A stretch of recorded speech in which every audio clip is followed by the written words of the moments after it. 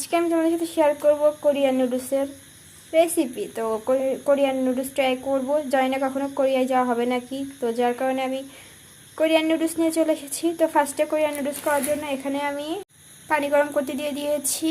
পানিটা গরম হয়ে গেছে। তো নুডলসটার ভিতরে এরকম দুইটা মশলা রয়েছে, একটা অয়েল আছে, এটা অয়েল, তো এরকম আছে। পানিটা গরম হয়ে গেছে, এখন আমি নুডলসটা দিয়ে দিচ্ছি। তো এর ভিতরে এরকম একটা মশলা, এরকম একটা অয়েল রয়েছে।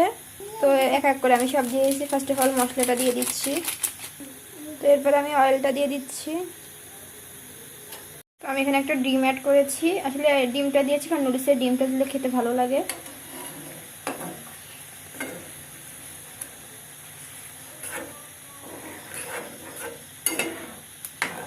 আর কোরিয়ান নুডলস কিন্তু এমনি একটু ঝাল হয়, এই জন্য আমি ডিম দিয়েছি, এতে খেতে ভালো লাগে।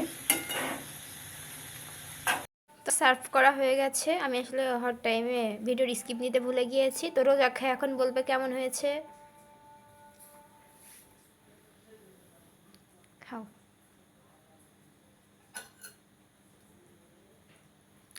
প্লেটটাই কই নাও তোমার কাছে।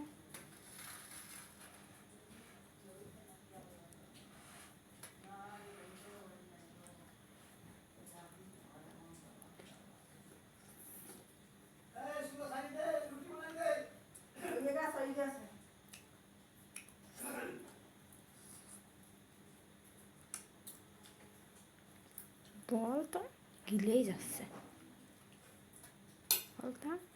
অনেকই টেস্টি হয়েছে, আপনারা বানায় খাবেন।